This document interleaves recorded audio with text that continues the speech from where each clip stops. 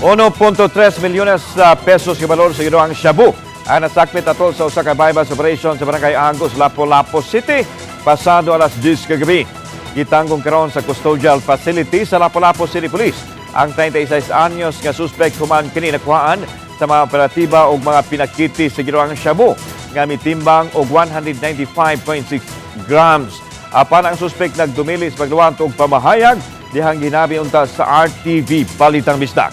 Mato ni Police Lieutenant Colonel Christian Torres, ang spokesperson sa Lapu-Lapu City Police Office, nga base sa tactical interrogation ang dinakpan gilang nga usa ka high-value individual kinsa mao'y bodigero o tigtagak sa illegal nga drugas gikan sa usa ka penal colony sa Leyte. Siya ni dawat dire, then ang iyang disposal is within the city of Lapu-Lapu at the same time Cebu City.